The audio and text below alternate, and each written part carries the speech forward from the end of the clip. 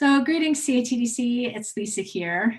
The month of February has always been challenging for teachers. I remember it well when I was at the Athenian School. And it's mid-year, midwinter, the nights are still pretty long, the days are short, and that rejuvenating summertime feels very far away indeed. So of course, this has been exacerbated given the pandemic and the ongoing racial reckoning that we're very deeply involved in as an independent school community.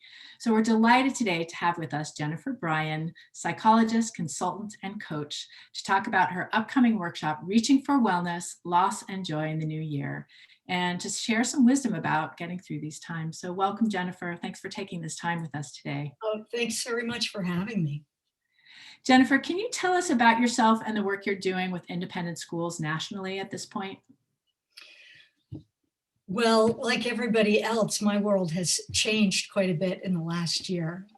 But I have been working with independent schools really for my whole career in one form or another. Somebody recently introduced me and said I'd had a meandering but purposeful career path. And I think that was right. So I started out as a teacher, and then got interested in the emotional lives of my students and went to get a counseling degree and eventually psychology, and have done a lot of clinical work and consulting work over the years, but in my heart of hearts, I've always identified as a teacher. So the work I've been doing with schools across the country has focused primarily on gender and sexuality issues as those relate to school life, pre-K through 12. And it's been a fascinating ride. Back in 2000 to 2020, so much has changed. So much has changed. Also along the way, doing things on leadership development and helping people with the ways they communicate and group dynamics, giving and receiving feedback. So a lot of ancillary skills and capacities that we need no matter what the topic is, the ways we communicate and the ways we get along together in our schools. It's, I think, probably the heart of what I care about most. Very much at the heart of CATDC, which is one of the reasons we're so delighted to bring this workshop forward to our community.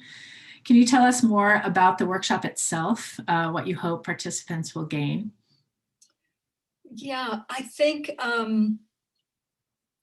there's a fear that if we start talking about loss, that everything and everybody will collapse, because this has been an extremely stressful time and we're still in it. And so I think the instinct is, let's just put on a good face and plow through like we always have done. And a paper that I wrote back in November was really about how unsustainable that mode is. And we're known in our independent schools for plowing through, like, we'll get this done. And we will, but at what cost? Yeah. So there is, there's a name for what we're experiencing. And this framework of ambiguous loss is really helpful. Just naming what we're in goes a long way. When we're experiencing things, the brain wants to categorize, we're experiencing something and it wants to put it somewhere. And if there's just this nebulous, it's a little bit like, dirty laundry piling up in the corner, don't know what that is, don't know what that is, I don't want to deal with that. And contending with our losses is part of maintaining wellness. And so I think this year is certainly an opportunity for us to have a new appreciation of the link, allowing people to talk about what they're really experiencing and what they're really feeling is healing. And I think we are afraid that there's just so much of that it's not bearable. And yet we talk about resilience and wanting to build resilience in our students and have resilience as communities. You don't get to be resilient if you never tend to the ways in which you've been hurt or the ways in which you're grieving.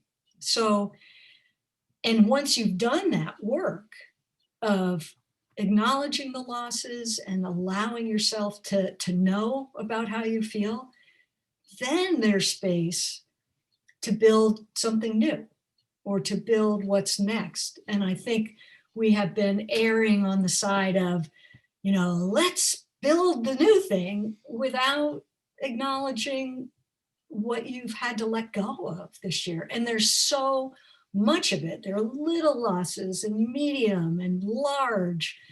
And so you can often, I think, feel, if I'm just coping with a small thing, it doesn't really count because somebody lost a family member to COVID. So how could I be over here talking about, how I really miss the after school group on Wednesdays that I loved, being part of.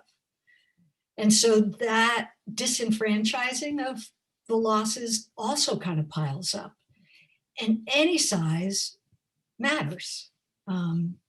So this workshop is really a chance for people to themselves name what they're experiencing and talk about it with each other. That really builds community. There's not any problem solving going on when we're sharing these stories. It's a deep listening and holding a space. And, that doesn't have a lot of bells and whistles that you can put on the brochure for the school, but oh my gosh, it's what our communities need right now.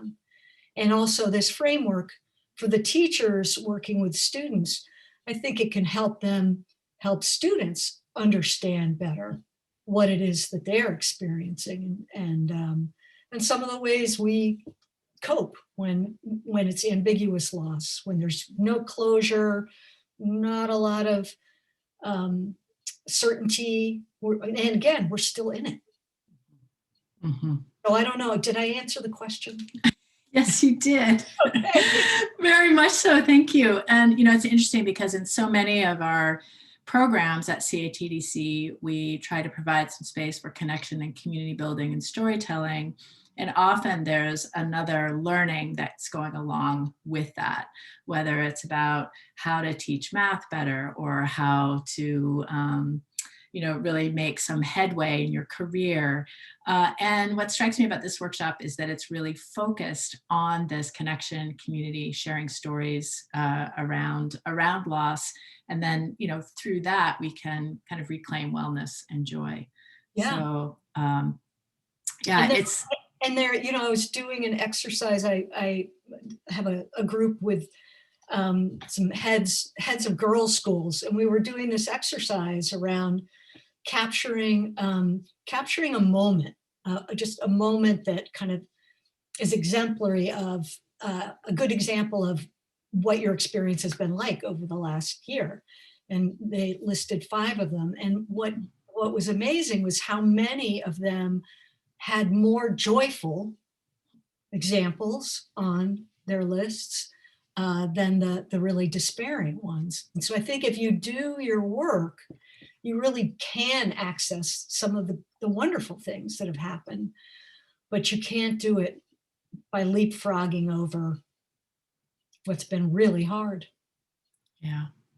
Thank you, Jennifer. And we're just so glad you're going to be able to offer this to our community. And I hope that all of you out there have even gleaned some practices that you can put into place immediately around, taking space for this storytelling, identifying both loss and also moments of joy. And I want to wish you all a very good weekend and a wonderful week ahead. Thank you again, Jennifer, for joining us. You're absolutely welcome. And I'm just going to give a shout out for a children's book called The Shadow Elephant. And I may actually share it in the workshop because it would be fun.